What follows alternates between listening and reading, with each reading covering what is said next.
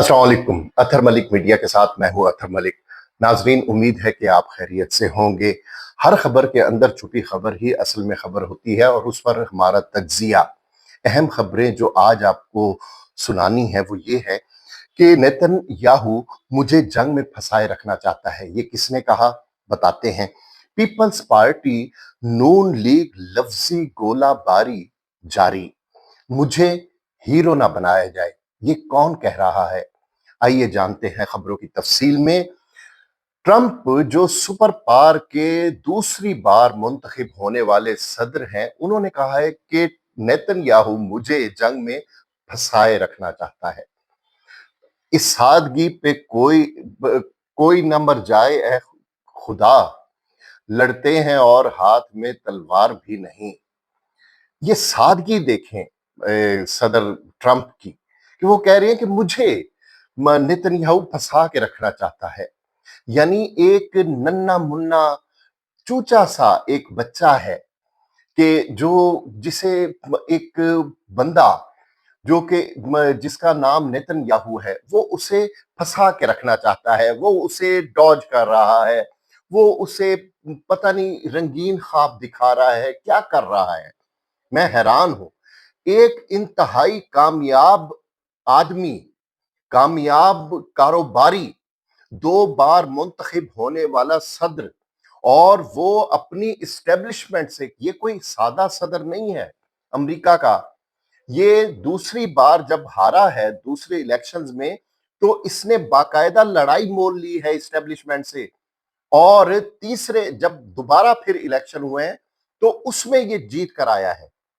इसने तो एक पूरा उनका इलेक्शन का नज्म जब्त ही बिगाड़ दिया था।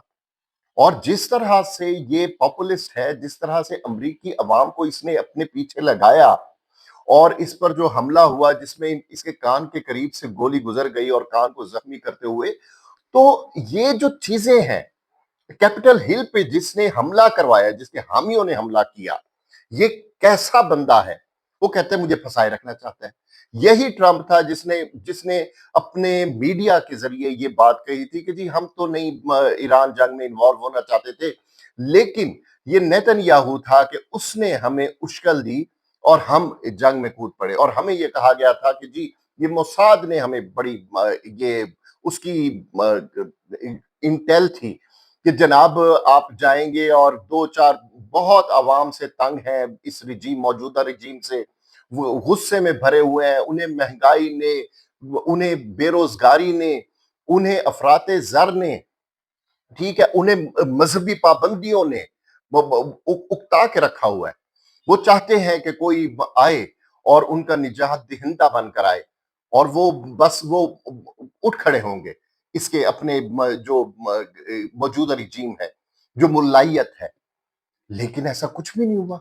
वो तो ये इतना बड़ा एक ट्रंप के लिए सेटबैक था कि जितनी भी ईरान की तबाही और बर्बादी हो रही है, वो तो अपनी नॉर्मल लाइफ में थे।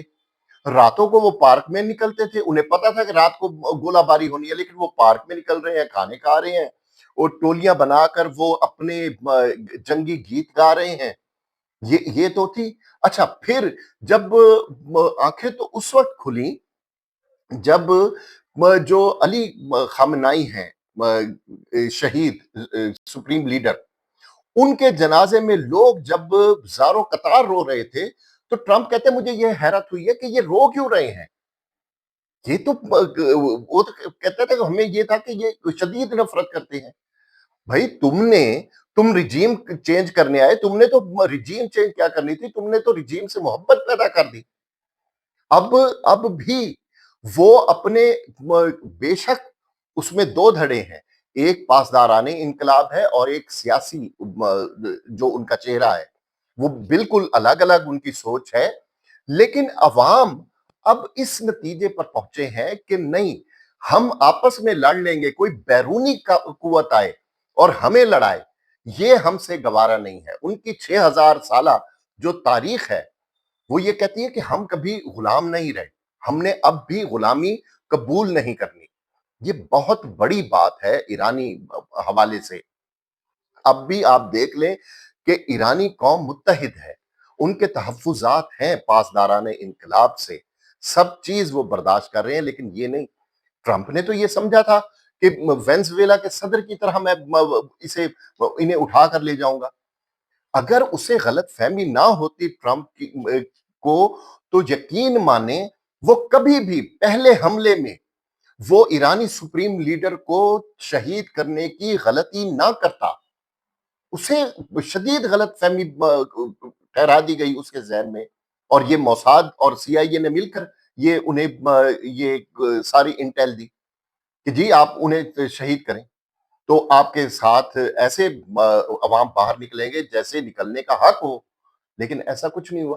اب یہ جو ٹرمپ یہ کہہ رہا ہے کہ مجھے پھنسائے رکھنا چاہتا ہے، بھائی تو نہ پھنس، تجھے کس نے کہا ہے تو پھنس؟ تو کوئی نہ کوئی بہانہ، تیرے جیسا بندہ تو کوئی نہ کوئی ایک کاروباری شخص، اس کے پاس بہانوں کی کمی ہوتی ہے، سوال ہی نہیں پیدا ہوا، تو وہ کوئی بھی بہانہ کر کے وہ نکل جاتے، لیکن ٹرمپ کو یہ نظر آ رہا ہے کہ آگے جو مڈ ٹرم الیکشن ہے وہ اس کے برباد ہونے جا رہے ہیں، اس نے تو اب دوسری بار تیسری بار صدر نہیں بننا، لیکن جو ریپبلکن پارٹی کا جو کباڑا وہ کر کے جائے گا، وہ شاید دہائیوں تک یہ پارٹی پھر اپنا صدر منتخب نہ کروا سکے۔ اب آتے ہیں دوسری خبر کی طرف، پیپلز پارٹی اور نون لیگ میں لفظی گولہ باری جاری ہے۔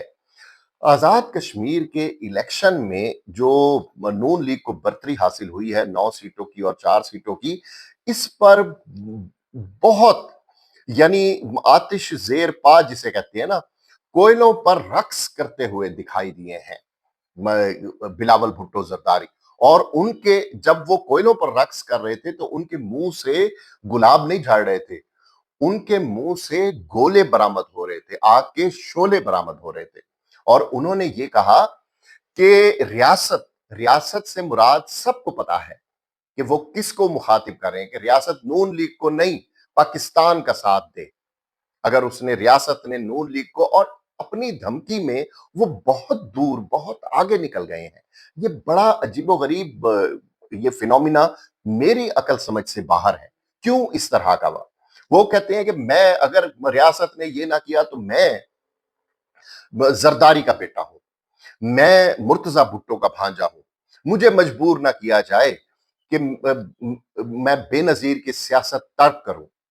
اچھا، اس میں بہت پیغام ہے، بہت لاؤڈ اینڈ کلیئر، اس میں پیغامات کا ایک نہ ختم ہونے والا سلسلہ ہے۔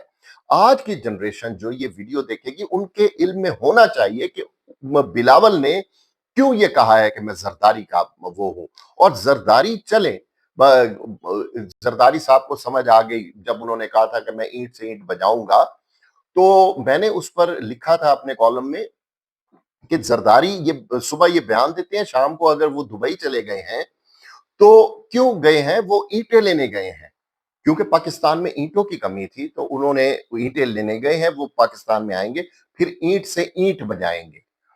تو خیر یہ تنزیہ بات تھی، لیکن زرداری اس اعلان کے بعد، اس اعلان جنگ کے بعد تمام مدت واپس ملک میں انہوں نے قدم نہیں رکھا جب تک Raheel Sharif chief of army staff تھے۔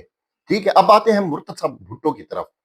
جب زیڈ بھٹو کو پھانسی دی گئی، جو ضیاء رجیم نے عدالتی فیصلے کے حوالے سے ایک بہت ہی متنازع، وہ اس کے بارے میں لکھا گیا، یہ قتل کا مقدمہ تھا یا مقدمے کا قتل، یہ آج تک واضح نہیں ہوا، اور اب خیر جا کے 50 سال کے بعد تقریباً سپریم کورٹ نے کہا ہے کہ ہاں ہم سے غلطی ہوئی، بھٹو کی پھانسی بنتی نہیں تھی۔ خیر وہ بندہ تو کم و بیش 50 سال پہلے وہ اللہ کو پیارا ہو گیا۔ مرتضی بھٹو نے کیا کام کیا؟ یہ بہن اور بھائیوں کی سوچ میں فرق تھا۔ مرتضی بھٹو کی غیر سیاسی سوچ تھی، اور اس نے تشدد کا راستہ اختیار کیا، الذوالفقار بنائی، اور پھر ان کے کھاتے میں وہ طیارہ اغوا بھی گیا، اور پتہ نہیں کیا کیا ان کے ساتھ منسوخ کر دیا جاتا ہے۔ کچھ ان کے واقعی جرائم تھے، اور کچھ ان سے جرائم ان کے کھاتے میں ڈال دیے گئے، لیکن مرتضی بھٹو ایک غیر سیاسی سوچ کا مالک تھا، اور वो मरहूम उसने तशद्दुद का रास्ता इख्तियार किया, जबकि वही खून था, एक ही माँ बाप की औलाद।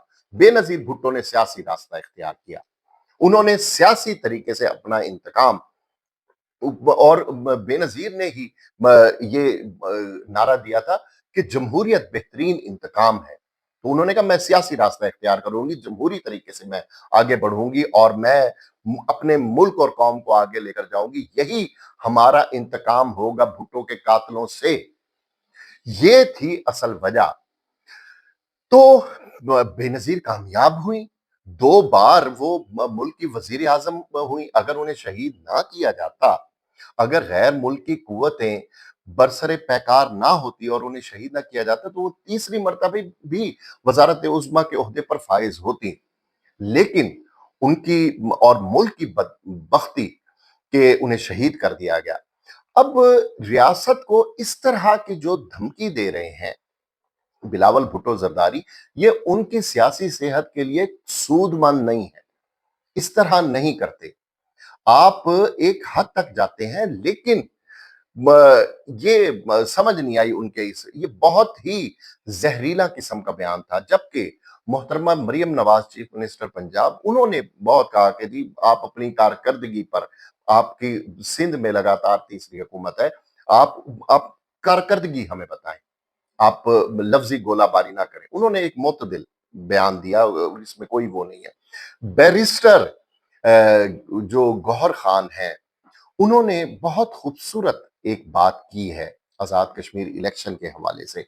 उन्होंने कहा है कि कश्मीर ना लाहौर है ना कश्मोर है, कश्मीर कश्मीर ही है और इसे कश्मीर ही रहने दें।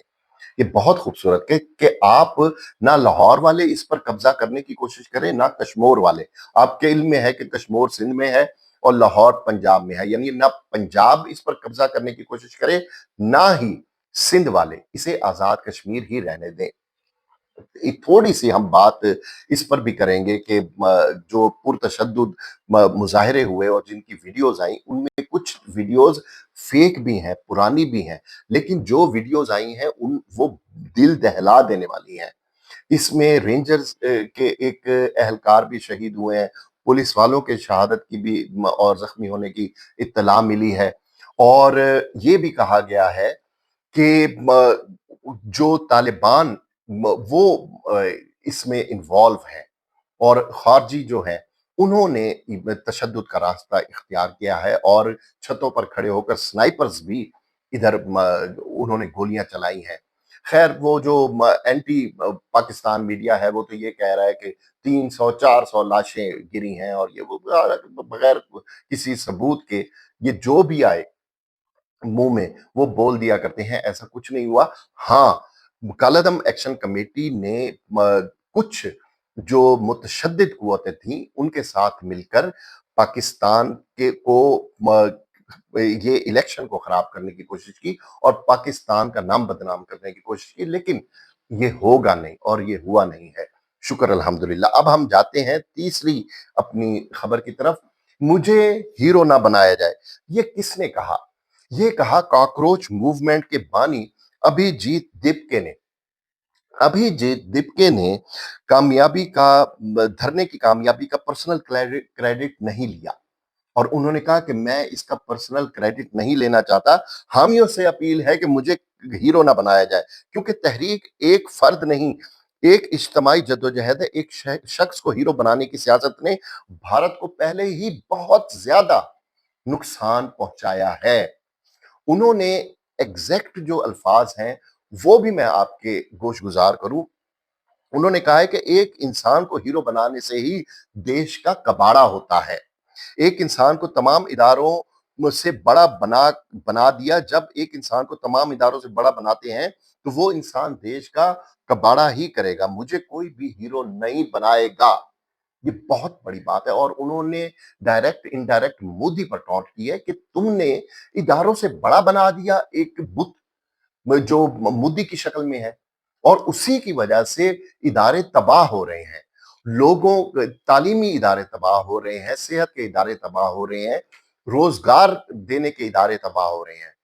और खास तौर पर आप देखें जंगी महाज पर भी मोदी को जो हज़ीमत, जिस शिकस्त का सामना करना पड़ा, वो इसी वजह से कि इंडिया ने